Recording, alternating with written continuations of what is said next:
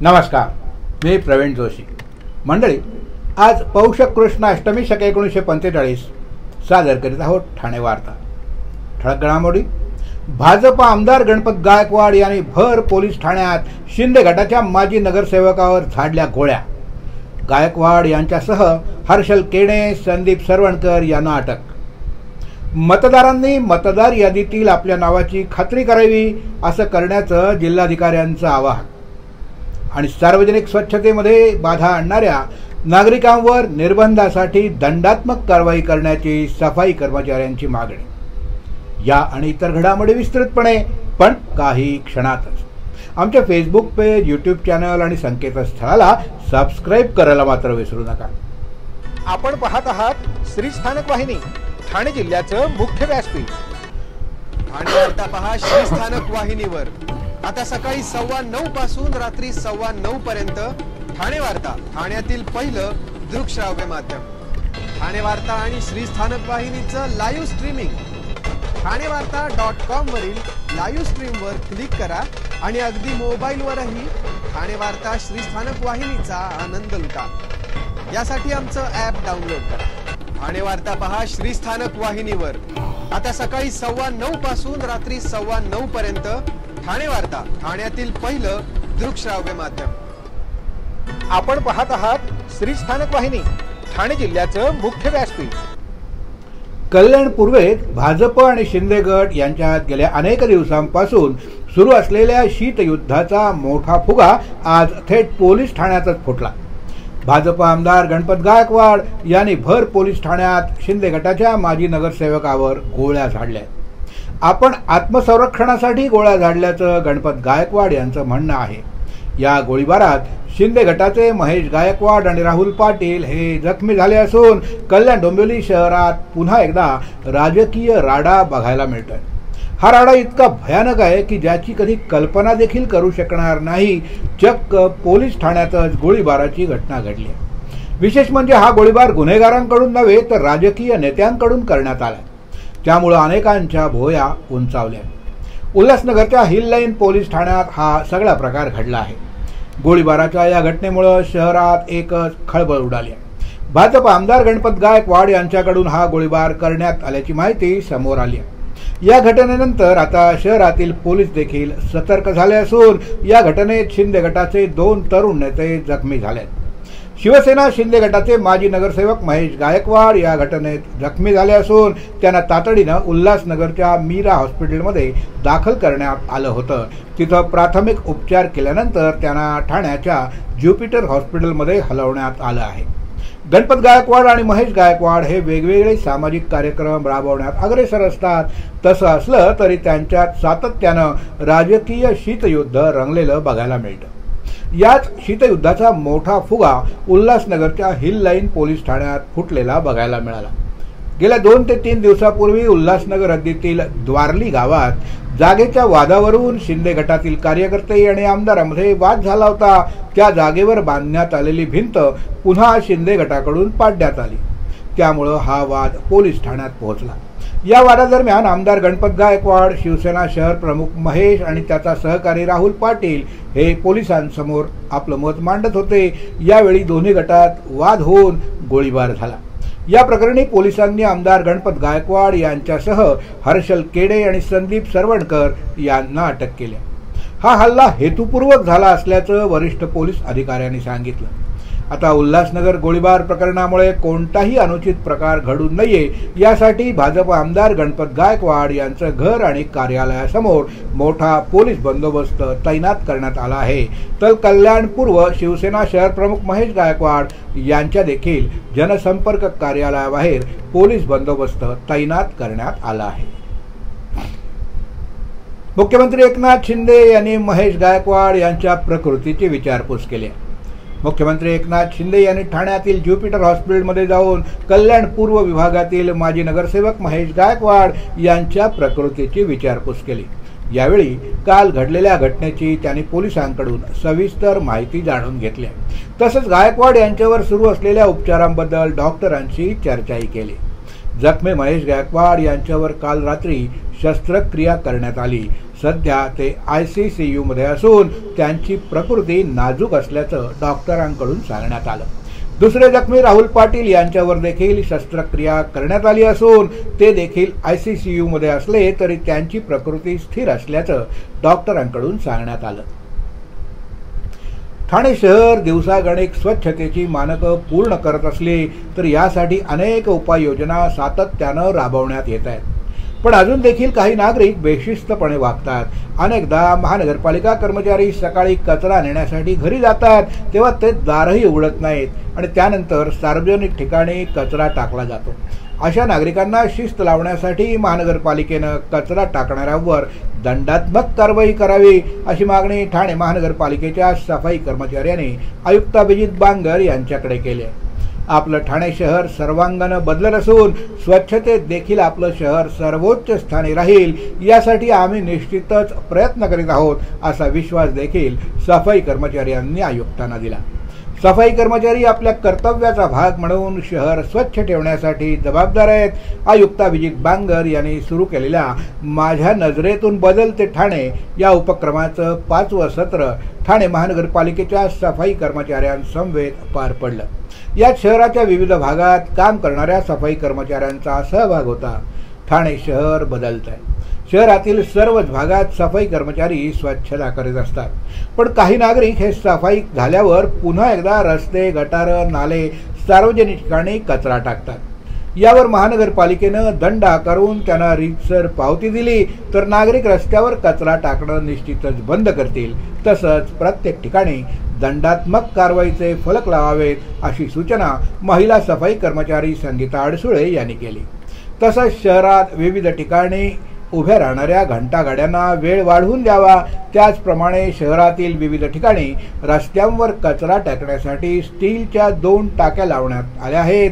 तिथं मोठ्या प्रमाणावर कचरा टाकला जात असल्यामुळं त्या तुडुंब भरतात आणि परिसरात दुर्गंधी साचते। त्यामुळे या टाक्यांमध्ये हलक्या स्वरूपातील कचरा व्यतिरिक्त अन्य कचरा टाकला जाणार नाही यापासून नागरिकांना परावृत्त करण्यासाठी उपाययोजना कराव्यात अशा सूचना देखील यावेळी मांडण्यात आल्या। रस्त्याच्या दुतर्फा पार्किंग केलेल्या वाहनांबाबत योग्य तो निर्णय व्हावा आणि याबाबत जनजागृती करावी हा मुद्दा सफाई कर्मचाऱ्यांनी पुन्हा एकदा मांडला। शौचालयाजवळ पाणी असणं आवश्यक आहे तरच सार्वजनिक शौचालय स्वच्छ राहतील। अनेक गरजुल्ले, मद्यपी आणि अन्य समाजकंटकांच्या माध्यमातून सार्वजनिक शौचालयात होणारा उपद्रव कमी करणं तसंच शौचालयांची नियमित स्वच्छता राहील हे सुनिश्चित करणं अशा अपेक्षा यावेळी सफाई कर्मचाऱ्यांनी व्यक्त केल्या। सफाई कर्मचाऱ्यांनी वार्षिक आरोग्य तपासणी केली जात असली तरी त्यामध्ये सुधारणा व्हावी असं मत काही जणांनी यावेळी व्यक्त केलं। ही वार्षिक तपासणी वर्षातून 2 वेळा व्हावी, त्याचे रिपोर्ट्स मिळावेत, तसेच जर कोणाला काही व्याधी असेल तर पुढचे उपचार देखील मिळावेत अशी अपेक्षा देखील सफाई कर्मचाऱ्यांनी व्यक्त केली। मतदारांनी मतदार यादीतील आपल्या नावाची खात्री करावी असं आवाहन जिल्हाधिकारी अशोक शिंगारे यांनी केलं। छायाचित्रासह मतदार यादीच्या विशेष संक्षिप्त पुनरीक्षण कार्यक्रमांतर्गत जिल्ह्यातील 18 विधानसभा मतदारसंघात मतदार यादी अंतिमरित्या प्रसिद्ध करण्यात आली आहे। या मतदार याद्या ceo.maharashtra.government.in या वेबसाईटवर तसंच सर्व विधानसभा मतदारसंघाच्या मतदार नोंदणी अधिकारी यांच्या कार्यालयात तपासणी करण्यासाठी उपलब्ध आहेत। तरी सर्व मतदारांनी आपापलं नाव मतदार यादीत आहे की नाही याची तपासणी आणि खात्री करून घ्यावी। तसंच आपल्या कुटुंबातील व्यक्तींच्या नावाची मतदार यादीत नोंद नसल्यास नमुना नंबर 6 ज्या मतदारांच्या नावात पत्त्यात दुरुस्ती असेल त्यांनी नमुना नंबर 8 तसंच कुटुंबातील एखादी व्यक्ती मृत किंवा कायमस्वरूपी स्थलांतरित झाली असेल तर नमुना नंबर 7 भरून संबंधित विधानसभा मतदारसंघाच्या कार्यालयात जमा करण्यात यावा असं आवाहन जिल्हाधिकारी अशोक शिंगारे यांनी केलं आहे। यापुढील घडामोडी एका छोट्याशा ब्रेक नंतर कुठे जाऊ नका, आम्ही लगेचच परत येतोय। पाहत रहा फक्त ठाणे वार्ता। ठाणेकर मालमत्ता करदात्यांसाठी करातील व्याज माफी अभय योजना 31 डिसेंबर 2023 पर्यंत मालमत्ता करावरील 100% व्याज माफ, तसेच 1 जानेवारी ते 15 जानेवारी 2024 या कालावधीमध्ये मालमत्ता करावरील 75% व्याज माफ. त्याचप्रमाणे 16 जानेवारी ते 31 जानेवारी 2024 या कालावधीमध्ये मालमत्ता करावरील 50% व्याज माफ.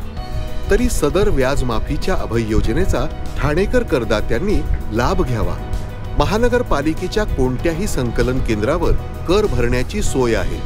ATM, डेबिट, क्रेडिट कार्डद्वारे कर भरण्याची सुविधा उपलब्ध करून देण्यात आली आहे. सोमवार ते शनिवार या दरम्यान सकाळी 10:30 ते सायंकाळी 5 वाजेपर्यंत संकलन केंद्राची वेळ असून करदात्यांच्या सोयीसाठी रविवारी संकलन केंद्र सकाळी 10:30 ते दुपारी 1:30 वाजेपर्यंत सुरू ठेवण्यात येत आहे. यासोबतच ठाणे महानगरपालिकेच्या propertytax.thanecity.gov.in या संकेतस्थळावर ऑनलाईन पद्धतीने मालमत्ता कर भरण्याची सुविधा उपलब्ध करून देण्यात आली आहे.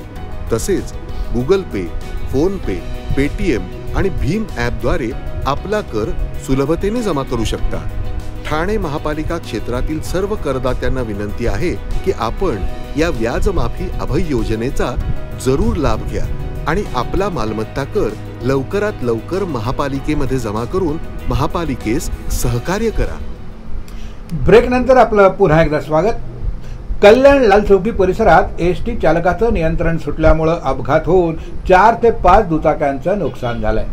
कल्याणहून भिवंडीकडे जाणाऱ्या राज्य परिवहन मंडळाच्या एसटी बसनं लाल चौकी परिसरातील 4 दुचाकींना धडक दिल्याची घटना घडली आहे. एसटी चालकाचं नियंत्रण सुटल्यानं हा अपघात घडला आहे. ज्या नागरिकांच्या गाड्यांचं नुकसान झालं आहे त्या नुकसान भरपाईची मागणी नागरिकांनी केली आहे.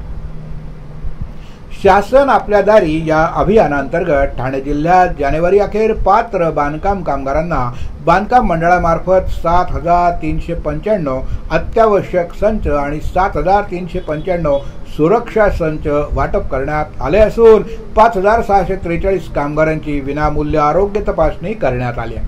तसंच 1,310 पात्र लाभार्थी बांधकाम कामगारांना DBTद्वारे त्यांच्या बँक खात्यात विविध योजनांतर्गत 1,98,13,000 इतक्या रकमेचा लाभ मंडळानं अदा केलाय. तसंच नमो कामगार कल्याण या अभियानांतर्गत बांधकाम कामगार मंडळामार्फत पात्र अशा 1,589 कामगारांना अत्यावश्यक संच आणि 1,589 कामगारांना सुरक्षा संच वाटप करण्यात आले आहेत, असं ठाणे कामगार उपायुक्त ना पवार यांनी सांगितलं. कामगार विभागाच्या अंतर्गत महाराष्ट्र इमारत आणि इतर बांधकाम कामगार कल्याणकारी मंडळ कार्यरत असून या मंडळात बांधकामाशी निगडित व्यवसायास काम करणाऱ्या कामगारांची नोंदणी केली जाते. मंडळामध्ये नोंदीत सक्रिय बांधकाम कामगाराला पात्रतेनुसार मंडळाच्या 26 विविध कल्याणकारी योजनांचा लाभ घेता येतो. यामध्ये मंडळाकडून लाभार्थी बांधकाम कामगारांना शैक्षणिक, सामाजिक, आरोग्यविषयक, आर्थिक सहाय्य आणि वस्तू स्वरूपात सुरक्षा विषयक साधनं, दैनंदिन साधनं या योजनांचा लाभ दिला जातो. तरी जास्तीत जास्त बांधकाम कामगारांनी आपली नोंदणी बांधकाम कामगार मंडळाकडे करावी आणि विविध योजनांचा लाभ घ्यावा, असं आवाहन ठाणे कामगार उपायुक्त ना पवार यांनी केलंय. जिल्हा न्यायालयात मराठी भाषा संवर्धन पंधरवडा उत्साहात साजरा झाला. जिल्हा आणि सत्र न्यायालय, जिल्हा विधी सेवा प्राधिकरण, ठाणे आणि ठाणे जिल्हा वकील संघटना यांच्या संयुक्त विद्यमानं मराठी भाषा संवर्धन पंधरवडा अंतर्गत राजभाषा मराठीचं संवर्धन, प्रसार आणि जास्तीत जास्त न्यायालयीन कामामध्ये मराठी भाषेचा वापर या विषयांवर ठाणे जिल्हा वकील संघटना विधिज्ञ कक्ष इथं हा कार्यक्रम झाला.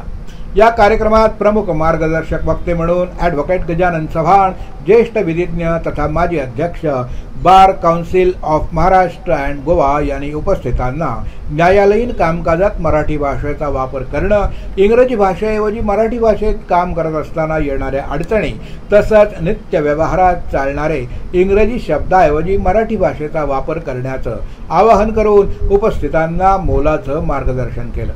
ठाणे जिल्हा विधी सेवा प्राधिकरण सचिव ईश्वर सूर्यवंशी यांनी उपस्थितांना मराठी भाषेचा वापर न्यायालयीन कामकाजात जास्तीत जास्त प्रमाणात करावा असं आवाहन केलं.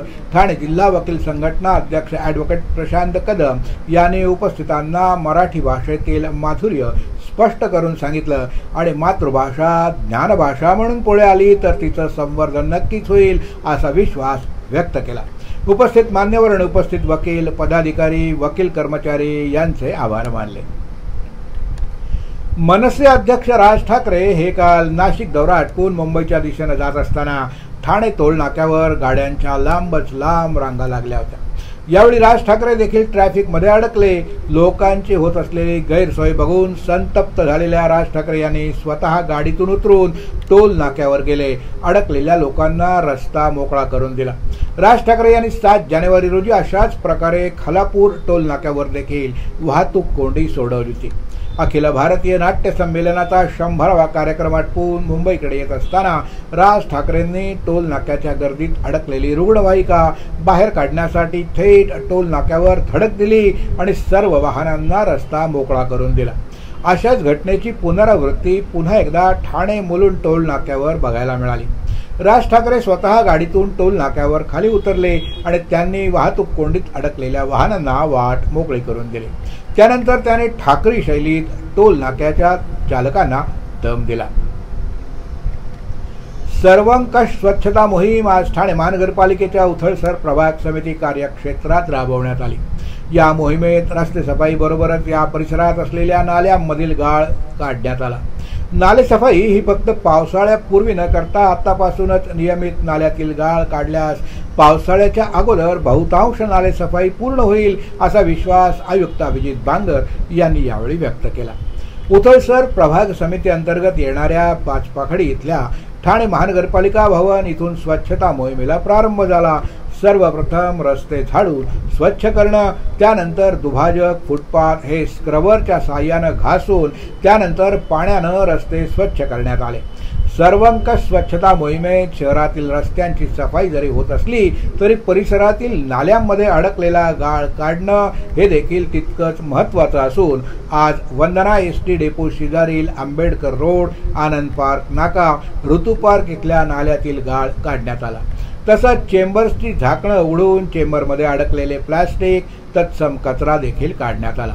आज झालेल्या सर्वंकष स्वच्छता मोहिमेत टेंबी नाका परिसरातील Chintamani Chowk, Ganesh talkies, Ambedkar road, Vikas palm, lorry stand, civil hospital circle, Khopat signal, Makhmali Talao परिसर, नुरीबाबा दर्गा रोड, उथळसर नाका, सेंट्रल मैदान, शासकीय विश्रामगृह ते कळवा सर्कल, जेलचा तलाव ते NKT नाका, कोर्ट नाका परिसर, पोलीस कमिशनर ऑफिस ते कळवा खाडी, पोलीस लाईन, कडबा गल्ली, फ्लॉवर व्हॅली परिसरातील कॅडबरी सिग्नल ते दत्त मंदिर, हरिदास नगर परिसर, प्रताप टॉकीज, कोलबाड जागमाता मंदिर, सावरकर मैदान, मिनताई ठाकरे चौक परिसरातील गोकुळ नगर, माजिवडा ब्रिज खालील परिसर, वृंदावन बस स्थानक आणि वृंदावन परिसर, गोल्डन डाईज नाका, केविला नाका, राबोडी इथला तबेला रोड, कतलखाना, ट्रॅफिक पोलीस चौकी, राबोडी परिसरातील आकाशगंगा रोड, संतोषी माता आतील परिसर, Mahalakshmi road, pumping house, Saket, कळवा सर्कल ब्रिज ते खाडी bridge, Saket road, pumping house, Nitin company परिसर, वंदना बस स्थानक परिसर, शहीद उद्यान या सर्व परिसरातील रस्ते झाडून ते पाण्याच्या साहाय्यानं स्वच्छ करण्यात आले. वंदना एसटी स्टँड इथल्या नाल्याची पाहणी आज आयुक्तांनी केली. पावसाळ्यात या परिसरात पाणी साचतं. या पार्श्वभूमीवर या ठिकाणच्या नाल्यातील गाळ नियमित वरचेवर काढला जाईल या दृष्टीनं नियोजन करण्याच्या सूचना देखील त्यांनी संबंधितांना दिल्या. आपण पाहत आहात श्री स्थानक वाहिनी, ठाणे जिल्ह्याचं मुख्य व्यासपीठ. ठाणे वार्ता पहा श्री स्थानक वाहिनीवर. आता सकाळी 9:15 पासून रात्री 9:15 पर्यंत ठाणे वार्ता, ठाण्यातील पहिलं दृकश्राव्य माध्यम. ठाणे वार्ता आणि श्री स्थानक वाहिनीचं लाईव्ह स्ट्रीमिंग ठाणेवार्ता.com वरील लाईव्ह स्ट्रीमवर क्लिक करा आणि अगदी मोबाईलवरही ठाणे वार्ता श्री स्थानक वाहिनीचा आनंद लुटा. यासाठी आमचं ॲप डाउनलोड करा. ठाणे वार्ता पहा श्री स्थानक वाहिनीवर. आता सकाळी 9:15 पासून रात्री 9:15 पर्यंत ठाणे वार्ता, ठाण्यातील पहिलं दृकश्राव्य माध्यम. आपण पाहत आहात श्री स्थानक वाहिनी, ठाणे जिल्ह्याचं मुख्य व्यासपीठ. आपण आपले कार्यक्रम किंवा बातम्या आम्हाला ठाणेवार्ता@gmail.com या ईमेलवर कळवू शकता. ठळक घडामोडी शेवटी पुन्हा एकदा. भाजप आमदार गणपत गायकवाड यांनी भर पोलीस ठाण्यात शिंदे गटाच्या माजी नगरसेवकावर झाडल्या गोळ्या. गायकवाड यांच्यासह हर्षल केणे आणि संदीप सरवणकर यांना अटक. मतदारांनी मतदार यादीतील आपल्या नावाची खात्री करावी, जिल्हाधिकाऱ्यांचं आवाहन. आणि सार्वजनिक स्वच्छतेमध्ये बाधा आणणाऱ्या नागरिकांवर निर्बंधासाठी दंडात्मक कारवाई करण्याची सफाई कर्मचाऱ्यांची मागणी. या होत्या ठाणे वार्ता. आपली एखादी बातमी बघायची राहिली असेल तर आपण आमच्या ThaneWarta.in या संकेतस्थळाला किंवा फेसबुक पेज तसाच यूट्यूब चॅनलला अवश्य भेट द्या. तर मग पुन्हा भेटूया पुढल्या बातमीपत्रात, फक्त श्री स्थानक वाहिनीवर. धन्यवाद.